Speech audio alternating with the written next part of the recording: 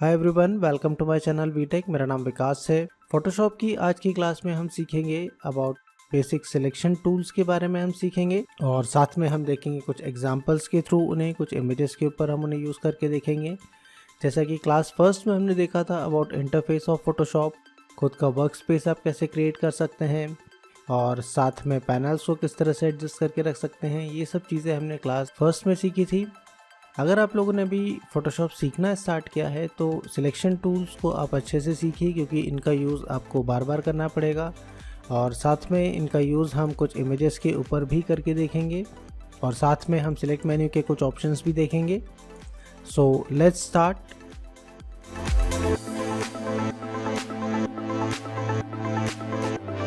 मैं यहाँ से सबसे पहले रेक्टेंगुलर मार्क भी टूल सेलेक्ट कर लेता हूँ और यहाँ पर अगर आप देखेंगे तो यहाँ पर शॉर्टकट की जो है इसका M होता है। अगर आप कीबोर्ड से M प्रेस करेंगे तो सिलेक्शन टूल यहाँ पर सिलेक्ट हो जाएगा। जैसे कि अगर आपने मूव टूल सिलेक्ट करके रखा है और आप कीबोर्ड से M प्रेस करेंगे तो सिलेक्ट हो जाएगा। और नेक्स्ट टूल अगर आपको सिलेक्ट करना है तो फिर शिफ्ट और M को आप प्रेस कीजिए तो आप वहाँ देखेंगे आपकी इलिप्टिकल वहाँ पर सिलेक्ट हो गया है इस टाइप से। और अगर आपको एक परफेक्ट स्क्वायर में अगर बनाना है तो फिर आप क्या करेंगे, शिफ्ट की का आप यूज़ कीजिए तो एक प्रॉपर आप देखेंगे यहाँ पर स्क्वायर शेप में आपको सिलेक्शन मिल रहा है। साइड में आपको एक ब्लैक बॉक्स दिख रहा होगा जहाँ पर आपको उसके डायमेंशंस भी दिखाई दे रहे होंगे, राइट। अब अगर हम ऑप्शंस बार के ऊपर यहाँ पर देखें तो हमें यहाँ पर एक ऑप्शन मिल रहा है स्टाइल का। स्टाइल में अभी यहाँ पर हम नॉर्मल देख सकते हैं। ये जो अभी हम सिलेक्शन कर रहे हैं कि नॉर्मल सिलेक्शन है। अब अगर इसके बाद में आप देखते हैं कि यहाँ पर है fix ratio. Fix ratio means यहाँ पर आप देख सकते हैं विड्थ और हाइट अभी 1/, मैं इसको 1 कर देता हूँ अभी, ठीक है। तो 1:1 का रेशो में बनेगा। तो जैसे ही मैं यहाँ पर ड्रॉ करूँगा तो देखिए एक यहाँ पर स्क्वायर ही बन रहा है ये, ठीक है। 1:1 मतलब उसकी सारी साइड्स यहाँ पर इक्वल है। मैं कोई सी की को प्रेस नहीं कर रहा हूँ, मैं सिंपल यहाँ पर ड्रैग करके बना रहा हूँ, वो इसकी वजह से यहाँ पर हो रहा है। अब अगर मैं यहाँ पर इसकी विड्थ को अगर मैं बढ़ा देता हूँ, इसको मैं कर देता हूँ 2 और हम फिर से ड्रॉ करके देखते हैं तो अब देखिए यहाँ पर एक रेक्टेंगल शेप बनेगा इस तरह से। और यहाँ पर आपको जो बटन दिख रहा है इससे आप स्वैप कर सकते हैं, हाइट और विड्थ के जो डायमेंशन है उनको स्वैप कर सकते हैं इस तरह से। अब आप देख सकते हैं विड्थ यहाँ पर 1 हो गया है और हाइट यहाँ पर 2 है। अब अगर हम ड्रॉ करेंगे तो कुछ इस टाइप का शेप बनेगा। अब इस सिलेक्शन को अगर आपको हटाना है तो आप कंट्रोल D का यूज़ कर सकते हैं, कंट्रोल+D, राइट। तो ये सिलेक्शन हट जाएगा यहाँ से। अब जो नेक्स्ट ऑप्शन हमें यहाँ पर मिल रहा है वो है फिक्स साइज़ का। अगर आपको एक फिक्स साइज़ का सिलेक्शन बनाना है, जैसे अभी यहाँ पर आप देख सकते हैं विड्थ है 1000 पिक्सल्स, हाइट है यहाँ पर 1000 पिक्सल्स।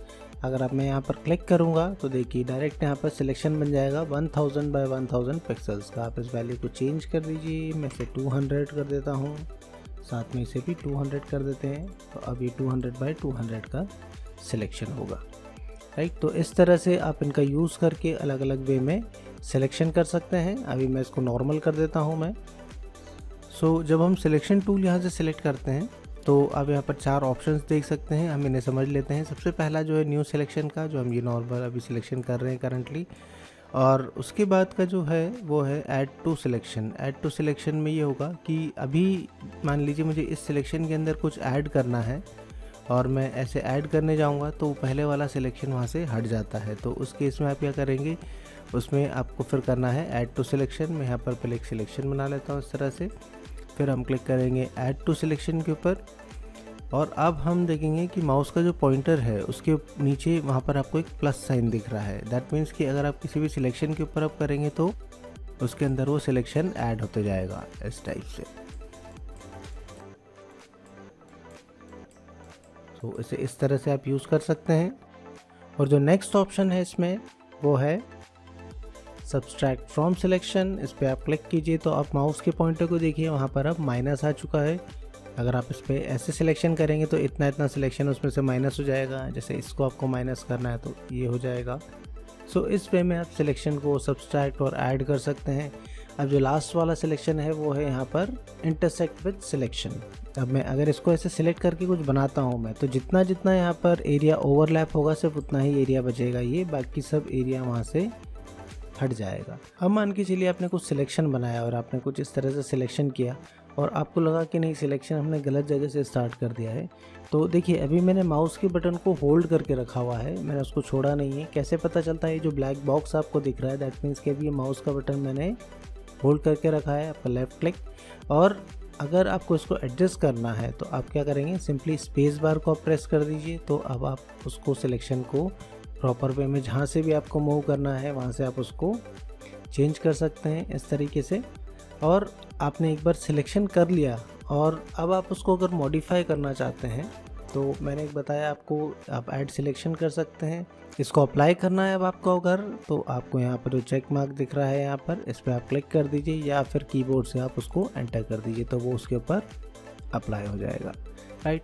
अब हम यही सब सिलेक्शन के एग्जांपल्स हम इमेजेस के ऊपर करके देख लेते हैं। सो मैं यहाँ से ले लेता हूँ रेक्टेंगुलर मार्क टूल और मैं यहाँ पर ऐसे सिलेक्शन कर देता हूँ। अब देखिए अभी मैंने माउस के बटन को होल्ड करके रखा है। आप विड्थ और हाइट देख सकते हैं, ब्लैक बॉक्स जो साइड में दिख रहा है। अगर आप स्पेस बार को प्रेस करेंगे तो आप इसको और एडजस्ट कर सकते हैं प्रॉपरली, आपको जहाँ भी इसको प्लेस करना है और फिर उसको आप छोड़ दीजिए इस तरह से। अब आपने एक बार सिलेक्शन कर लिया है तो अब जो भी चेंजेस होंगे इस सिलेक्शन के अंदर ही होंगे यहाँ पर। जैसे मैं अगर इसमें कलर फिल करता हूँ तो सिर्फ वहीं पर ही कलर फिल होगा वो। अगर आपको इस सिलेक्शन को ट्रांसफॉर्म करना है तो फिर सिलेक्ट में जाएंगे हम और यहाँ से हम ट्रांसफॉर्म सिलेक्शन सिलेक्ट करेंगे और यहाँ से आप हाइट और विड्थ जितना भी आपको सिलेक्शन चाहिए आप उसको यहाँ से एडजस्ट कर सकते हैं इस तरह से। और सिलेक्शन को अप्लाई करने के लिए आप यहाँ पर क्लिक कर दीजिए तो ये सिलेक्शन इसके ऊपर अप्लाई हो जाएगा। अब जैसा कि मैंने आपको बताया था कि यहाँ पर हम अगर सिलेक्शन को मूव करते हैं तो इस टाइप से आप मूव कर सकते हैं, ठीक है। जब सिलेक्शन टूल यहाँ पर सिलेक्ट हो, जैसा कि क्लास फर्स्ट में हमने देखा था मूव टूल के बारे में। अब मूव टूल क्या होता है, लेयर्स को मूव करने के लिए अगर मैं इस सिलेक्शन के ऊपर अगर मूव टूल को यूज़ करता हूँ तो देखिए क्या होगा, ठीक है। मूव टूल क्या करेगा, जो पिक्सल्स हैं वहाँ पर वो पूरे पिक्सल्स को उसने मूव किया है, राइट। और अगर मैं सिलेक्शन टूल से यहाँ से करता हूँ तो सिर्फ वो जो सिलेक्शन है वो उसी को ही मूव करेगा इस तरीके से, राइट। सो जब भी आप कुछ कॉपी पेस्ट करेंगे तो वो एक न्यू लेयर पर ही यहाँ पर प्लेस होगा वो। अब हम मूव टूल का यूज़ करके देख लेते हैं कि अगर आपको जो सिलेक्शन है उसको अगर दूसरी फाइल में मूव करना है तो आप उसको मूव टूल की मदद से भी कर सकते हैं। जैसे मैंने यहाँ से इसको मूव किया इस तरह से और मैं इसको मूव करते हुए कहाँ लेके जाऊँगा, माउस का बटन मैंने होल्ड करके रखा हुआ है, ध्यान रखिए। और इस डॉक्यूमेंट के टैब पे मैं आऊँगा तो ये वाला डॉक्यूमेंट ओपन हो जाएगा और आप यहाँ देख सकते हैं माउस के पॉइंटर को एक प्लस साइन है और यहाँ पे लाके उसको छोड़ दीजिए, ठीक है।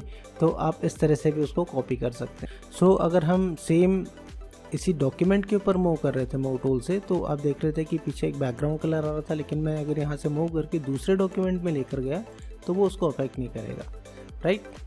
सो मैं इसे डी सिलेक्ट कर देता हूँ अभी। अब हम यहाँ पर समझ लेते हैं सिलेक्ट मेन्यू के कुछ ऑप्शंस जो कि सिलेक्शन टूल से रिलेटेड है। जैसे सबसे फर्स्ट यहाँ पर देख रहा है आपको select all, that is Ctrl+A होता है। अगर मैं इस पर क्लिक करता हूँ तो पूरा एक साथ सिलेक्ट हो जाएगा यहाँ पर।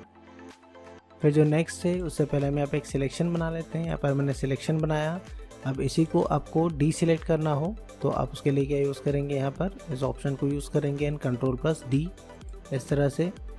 और फिर उसके नीचे का जो ऑप्शन है वो है रीसिलेक्ट करने का। एक बार आपने डी सिलेक्ट कर दिया और वापस से आपको लगा कि नहीं उसको सिलेक्ट करना चाहिए तो आप उसको यहाँ से वापस से रीसिलेक्ट कर सकते हैं। नेक्स्ट जो आता है इन्वर्स, ये काफ़ी काम का है। इन्वर्स में क्या होगा कि अभी अगर आपका इतना पोर्शन सिलेक्ट है और अगर मैं इसको इन्वर्स कर देता हूँ मैं, ठीक है, और अब मैं अगर कलर फिल करता हूँ तो कलर फिल कहाँ पर होगा, बाहर कलर फिल होगा उसमें, क्योंकि ये इन्वर्स हो गया। इतना एरिया छोड़ के बाकी पूरा एरिया आप सिलेक्ट हो गया है। सो अब हम देख लेते हैं कि अगर आपको सिलेक्शन से ही इमेज को क्रॉप करना है, वैसे तो एक क्रॉप टूल रहता है आजकल मोबाइल ऐप्स में भी, काफ़ी जो फ़ोटो एडिटिंग की ऐप्स आती है उसमें भी क्रॉप टूल काफ़ी कॉमन है, राइट। सो हर कोई उसको यूज़ करना जानता है। लेकिन यहाँ पर अगर आपको कुछ सिलेक्शन करना हो, मान के चलिए मैंने ऐसे सिलेक्शन किया है और इसी को अगर आपको क्रॉप करना है इमेज को, तो मैंने यहाँ पे सिलेक्ट किया इस तरह से और आप जाएंगे फिर इमेज मेन्यू में और यहाँ पर आपको सिलेक्ट करना है क्रॉप, ठीक है। तो वो उतना एरिया क्रॉप हो जाएगा। अभी ये इस तरह से क्रॉपिंग किया हुआ है बिकॉज हमारा फेदर यहाँ पे बढ़ा हुआ है। मैं इसको अंडू कर देता हूँ, इसको डी सिलेक्ट कर देते हैं हम Ctrl+D से। इसको मैंने 0 कर दिया और मैंने इसको फिर से सिलेक्ट किया और इमेज देन क्रॉप, ठीक है। तो आप देखेंगे कि उतना एरिया वहाँ पर क्रॉप हो गया। तो इस तरह से भी आप इमेज को क्रॉप कर सकते हैं, राइट। सो अब नेक्स्ट आता है कि मान के चलिए आपने कोई सा सिलेक्शन बनाया। सो अब हम एक दूसरी इमेज ले लेते हैं यहाँ पर। अब मान के चलिए आपने कोई सिलेक्शन यहाँ पर बनाया, मैंने कुछ इस तरह से सिलेक्ट किया, तो आप देखेंगे कि यहाँ पर बैकग्राउंड लेयर दिखाई दे रहा है आपको। अब इस सिलेक्शन को अगर आपको न्यू लेयर पर लेकर आना है, सो अब हम एक ही इमेज ले लेते हैं यहाँ पर। मैं इसको सिलेक्शन करता हूँ यहाँ से। अब इस सिलेक्शन को आपको न्यू लेयर पर लाना है, तो आप क्या करेंगे, सिंपल Ctrl+C Ctrl+V कर दीजिए, तो वो एक न्यू लेयर पर आ जाएगा इस टाइप से। लेकिन उसका शॉर्टकट एक और होता है कि अगर आपने सिलेक्शन बना के रखा और आप Ctrl+J प्रेस करेंगे, तो आप देखेंगे लेयर पैनल में कि जो हमने सिलेक्शन किया था वो एक न्यू लेयर पर यहाँ पर आ चुका है, राइट। फिर उसके बाद में आप जो भी उसमें चेंजेस वगैरह करना चाहें वो आप इजीली चेंजेस कर सकते हैं, राइट। तो इस तरह से आप सिलेक्शन टूल का यूज़ कर सकते हैं। सो इस तरह से आप किसी भी सिलेक्शन को एक न्यू लेयर के ऊपर लेकर आ सकते हैं इजीली वे में। सो आई होप आप लोगों को ये सिलेक्शन टूल्स अच्छे से समझ में आ गए होंगे और इनको प्रैक्टिस कीजिए अलग अलग वेज में, क्योंकि इनका यूज़ आपको काफ़ी होने वाला है। आपको बार बार इनको यूज़ करना पड़ेगा, तो इनको अच्छे से आप प्रैक्टिस कीजिए। सो अब जो नेक्स्ट क्लास मेरी रहेगी वो लेयर मास्किंग के ऊपर रहेगी। मास्क लेयर कैसे क्रिएट करते हैं, जो कि बहुत ही पावरफुल फीचर है फोटोशॉप का।